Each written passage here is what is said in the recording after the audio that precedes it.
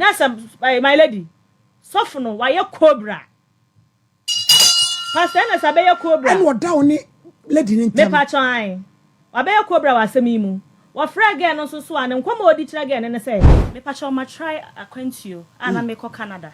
Ma try 2 times enyi yi. Ana ebe fa. Me patron me ana me ko as conference. Okay. And me patron me ko. Ma try 2 times anyi. Ena aja. Me ma madam for be try ma sorry be say. Me mese nkona sa. Ma me kuradri. Dabi me patron dabi. Me do for be try me sorry be say. Me nkwa sorry na. Sane me be say dey ya yemfa ye ni kan nye dey. Enye. And I'm so waka mate. Enti mpacho me kwa sorry no. Nyame nam sofo no so. Kan hintasem bi kire me. Se mabaya me hunu se akwanti nti na wo asori dem ha. Na emomo no ebe ya pre won kwansa. Na wakwa akwanti na me busa se papa me pacho e dey asema. Na o se me hu se woni be ma biti. Na be ma na woni ne tie no. Oba be ma no soso na obi yawo, oba na wo baako. Aha ye ni baby mama no. Wo de wonam asesi eni me hu ne se ye twa wawo enti wo se wo ma wani bre e wo mpaibom na so pastor asema wo kai obodi ne kire me pepepe na me obodi ne kire me no ma eye me na kakra e fa baabi ne na me nyi ni fa baabi so na me gidi ama wo kire ma kwankire se me nya dai me nye ama me bible quotation se me nya ni 8 days no me wi a me hu ensencheni a ebedi akiri ana me se ma na be ma na wo no baby mama me pacho ai na wo ya we me pacho ai nipa na wo kire wo sofro no nim se wo boyfriend na oniti no e wo baby mama me pacho woni me da me ne na ni be ma no nkomo me ma kwantu nkomo na me ni okay ye nto aso eti me pacho wo kire ma akwankyere no e na me be ye ti me be ye akwankyere ni wie no me so wa adanse akrufu mama nkyem e na me bo na mane se wa me ko mpaibo ni se ne ko si mo me pacho de be e ye oboase asem na me oboase akrufu mama nkyem okay ana me se wa me ko mpaibo se na ya de ko si yo eno se ane sofo na ohu ka che ono eno enyame ne papa ya abono so mpai asam na waka cha me so ma ya kwanche na wi eno se ya bra adanse akofem so sofo bi wa ha ya friend pastor Ernest CS sofo we you good pa CS me pa chan CS sofo oh we you good pa CS nso dia sorry papa o ma sorry pa chan we you good pa ho na wase for ma nyina e ba mpaibo ana me so waka amate enti me so be ma me ne timi ko ba bia me kra na asa na mako me friend phone so na kan say odo me pacho me kompai bo bi sei ono kra stop me so ma me nko na me so me hwe me wo me se wa na on kan bibi san kire me da sa wo so agya wo pekwan atu me so me pekwan atu eya kwantu eya sofo fie na wo se enko no anka se enko bo so mo so de e wo se me je pene na me ye dai me ko ti be ma no kan se ma me nko me ka che ne se mate na emu mo me ya so de animu mu na emu na me je pene e ko ya sorry no bra be ma ne ka se ma me nko no me de me ko ye eh to aso e eti ma me kwa sorry no yet na sorry dem ho within 3 minutes and I yes pastor Ernest wa dan se akofom CS Sophie o sorry ya na asem nya se nipa kese bi ra sorry dem ha MP yiraba nipa kese bi ra sorry dem ha se ya se nipa no baby bia eni kwan se nipa ra ne ho no wotimi ra je se wo ye leader me pa chon ti edra sorry dem ho na eno se nipa kese bi aba let's we fra fe hye me pa chon yo na nipa kese ne baby eni pantimi ra no ono na wo so ho na nipa no wotimi ra wo ye leader oda ne maami wo ye mu nyina no wo ye born to be win eno wo hye nkom nipa no wo ye sofo maami o wo ye D4 back kese pa na style on na mama so enya star ketwa enti nsema ama na oka ni nyina na ensem papa nko a na emomo no ye nim nipa kra na wo ka no enti wo ye na osinya nhome won konkuru ntwe sa nipa ne mbra asori dem inside na hiriu he obi anko na me nkonkuru antwe nipa bia anko enti me yeti asori da ne na yekwa na inside ho nyina ye ma enti ne yeti akire ye urade nyanko me hu ya ne so baba so me nsa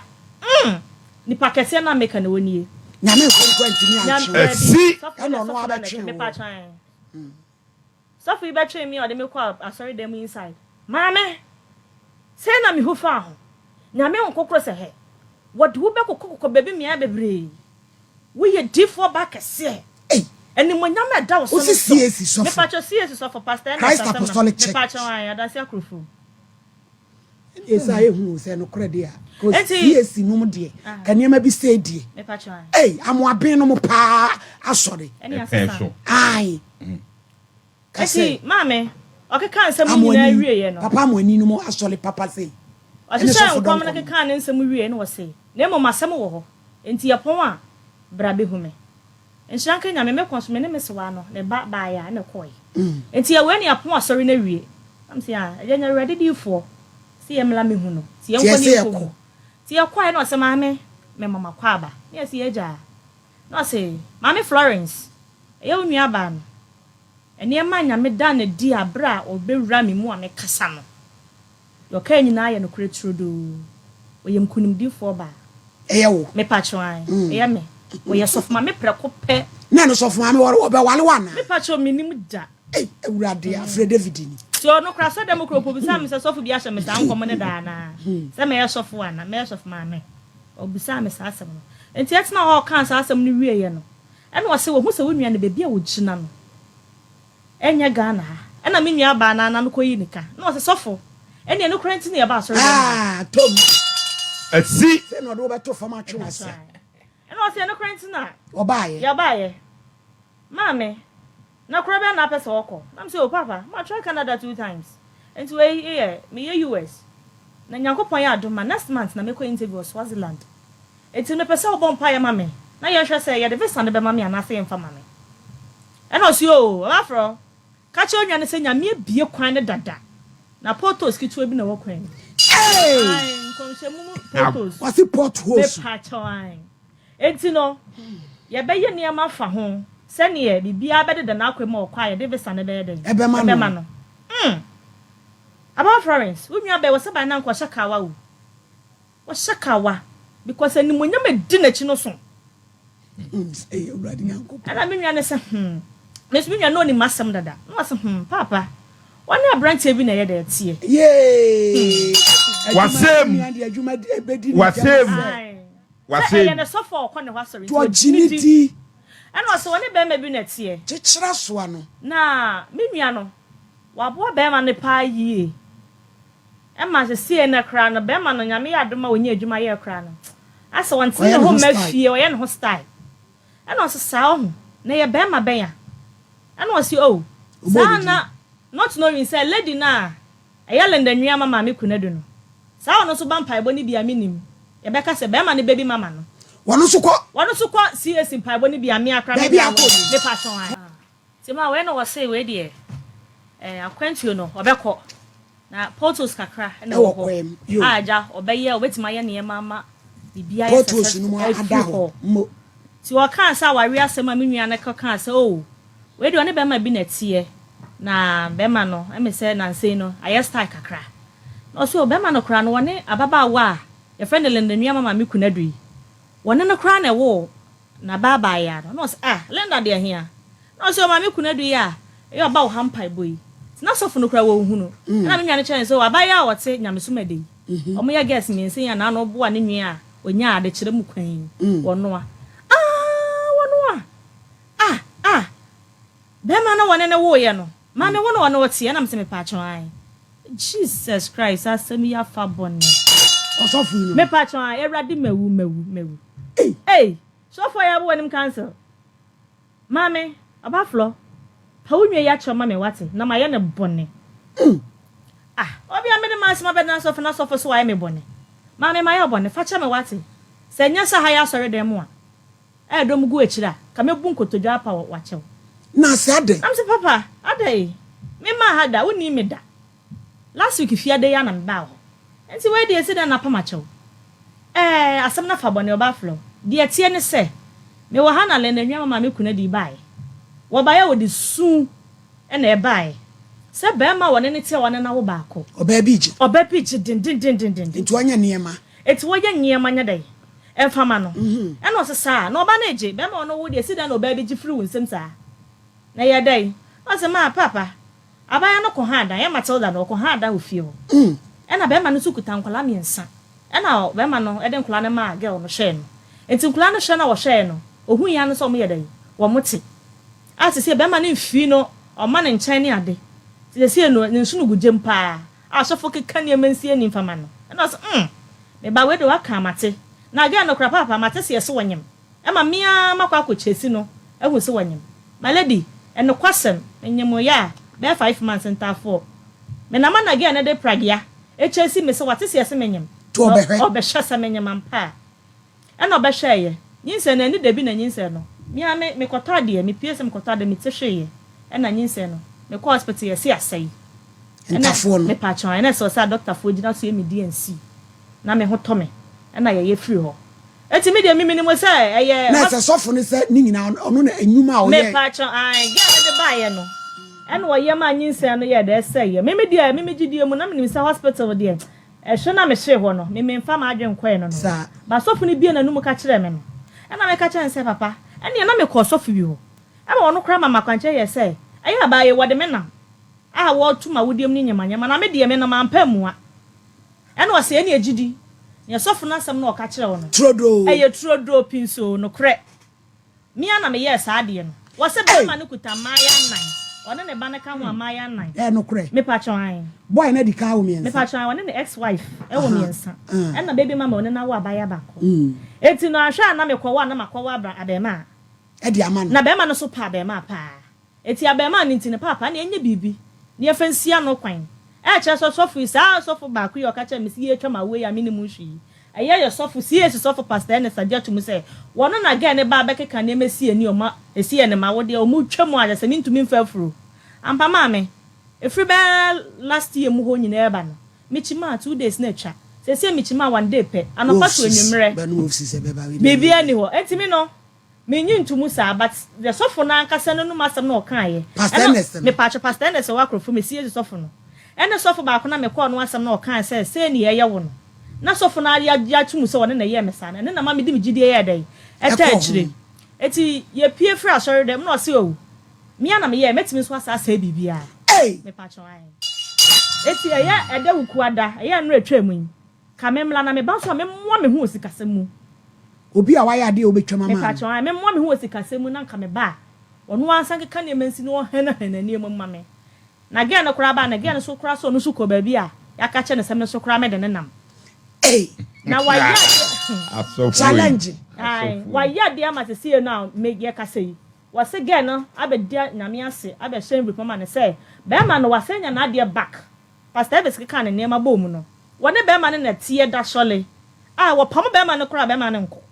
enti so wofo no kura nsan wuni emum kakra na be ma ne nko fie kakra ezi aso oba ye ne ho sa hyehye no enti o de rade ase na mse saa o kan ne Martin fa eye me ya na mse waka Martin tie pie free asore dem wo no e bo be ma na ma ne se me ko e de ye ko ye ne se ne ye de ka kire me ti me ba fie na me ka kire me se wasese wa se na me ko ye ne sofo no waka na akwankyere na sofo ba ko ne de ma me se me ye wi a bibi wesi no ma ya akwankyere na wi ni 4 days pepepe na me ba ya we nso ai de asi me so pa because me ne na tie me nka bi me nya ne bone enkola ne me je wo mo hwe wo mo se ne oba be bo be me bia me ye be ma no susu onye adwuma no o hwe me enso hwe me enso ma ba no ma no me susu me boa ne ma no enti no se na abade a ene so wa me fama adwen ko ho mum na mama kwantu enu mum na ede me ni akọ so fo no kra ka che me ka che nso papa ye ntwa ga ne be ma ne nkomo no so na me de makwantu enu na ede hia me so opese na de no no na awo ba akọ abaso ware na kwanda ho me nsi no kwan ena me nem ka sa na o se maka wate ne koy ma ha na asam no wo no ye koye na de chie ena ne me se me ekwo boase ti na me na me se wa na ne kunu na nam edru danger me hu a na se me hu ga na nim tatrata wo te barbering shop na me nim de okwa ye ho wa mo na no atum ena wo hye me na me so me hye ne din ena ye de obi anka se obi a hu na obi atwam ko ne baabi na ono te wo na me twam ko baabi e ko fo ka ne kwasi ada so me da ho anwumla na be ma ne frɛ me se maame se wa so den me ka cho sa so de menye de yenko se wo koy ayo sofo ena still wo sie sofo yi akrofom ni wa frelen de nua ma se wo ko len de nua ma fie wa bo tu bofo am ye ko ho se maame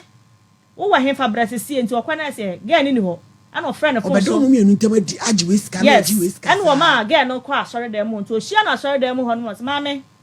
wo beje di se wo kura na ba ha ase me kura be wo kura na wo de asem ne be ka ye no ono so aba ha wono so aba ha wo ba ya wo se akwantuo ne obi je ne kuno den na some my lady sofo no wa ye cobra pastor na sabe ye cobra and what down ni lady ni me pa chan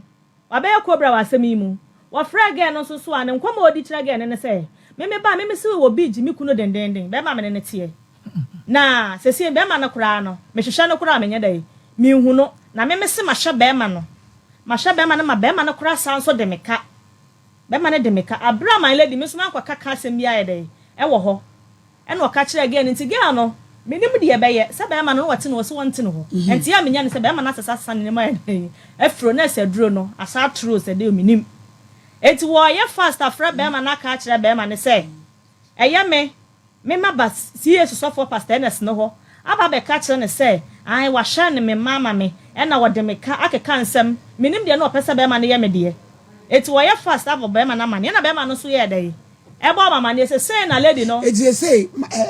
mat say so for Ernest na de na wo na de na asi wo ne ntem me pa cho de asi me ne ntem ne say e de enti na so for me ba wo ho me ba ma fa be ma bi asema mma sa na wo na wo si nyame ye me nwe kwa na no koyi ni ka na nsem ne ba na se wo se nchire mu kakra me so me wo no me kire mu kire wo se te sa me kire mu kire wo no e de enti na waka che me se wa ha wa ye made a wo pa ma chewo na me mla ne ensa ne nieme mu no utimi safra ge no esa bana mane se na de kono so de aye wo na eni to ha wo so be ni yama wa yama me pacho da bi je se dia na peso ye ma me pacho o kan asem ni wie ye na ge ne frɛ be ma ne bo na mane no na de chi ye no na me ni no no ma eti me je ne number free me ante ne ba no e na me frɛ na me se papa me pacho ni pass me sini eh my dear pacho tsam se rade adom na papa bokko de na me se o papa enye bokko me pacho o ene da eye fia de atwa mi na me ba wa so me pacho ne so so ye dwada me pacho di asem e na esie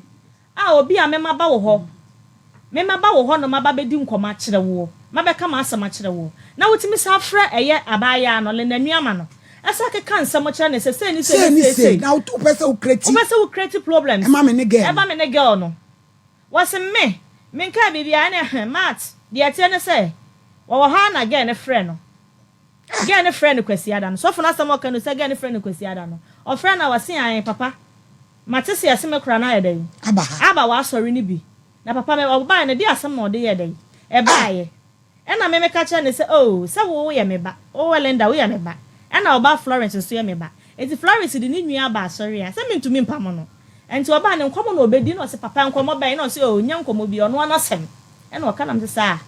e na se na esi den na girl no hu nkomo a me no wo ene me nua Florence di because cancel time na ye me ni me nua no ne wo papa net wo asafo ba bi ani ho enkomo se ebedi ni nyina again na te esi den esi sa wase me ene me kan sa akrofom asofo akrofom nkofo de sa na mote ye te wase ma no mu nyina de dam se oh ya fa ne sa akrofom ha omu nyina ani me ye fa ne se kromu afo nyina ani me me pa cho nkomo ye di no na nya se ye public na ye di nkomo no e na ampie nkom hyeni mu nso ye ni pa me ensa na ye di nkomo no e je si den again ne te ye a wo wasa ka che again ne kra sa wo hwe me nso so kra me menye na me ne nam obi amakoba bi me makoba bi kwa me aka cha me se gen na ye me ne ade ti gen no so sole papa ada na wote sa obi a woni me da na first day me na wa na wo se me na wo create problems say e de aba eti ma me ba ya masam nyina ne say me de me wani na so me ni ani baby kura wase wona gen ne mienu wo ma say me a me ntumi nwo ni ye twama wo no me pastor Ernest ba no obeyi na no ni ade me sha ona girl ne mienu nsa esan say me buy no ba so no anu mu to no so aye niema no so aye niema ade atia me e na me girl no so ko wa me ko adu enye yesese me betina fie ma me na wonte wo wo beto se me ne be ma ne tie na wo say wo be ma na wo na be cheche wo nsemu kire me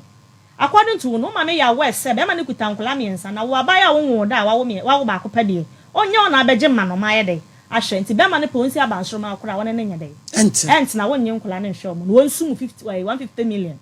15,000 wo na be ka kire me eti me ba 1.5 year ni mi hu fie ho bio wo be kokon ntokwa be twetwe nse kan me ne ade ade betutu nuane gu ye no mi hu bio eti bi na minim sa oja wo be bi fado se de no makeka mu nsema ide awie e na me ne tie e na wonya adwuma ye no wo so wo ko eti mi nim sa sa mo no makwaye ye ne ma wo fa akiri wa wo se wo mpa bio no sa wo de me ne nam se ye ne ma back door e ye ne metia me eti ma me ni ani eti omu mi ne se o madi mi bone eti me pese pastor Ernest no sie sosofo akrofo mu ni no wone lenda nuama ade krom de aya me nyame nkonkono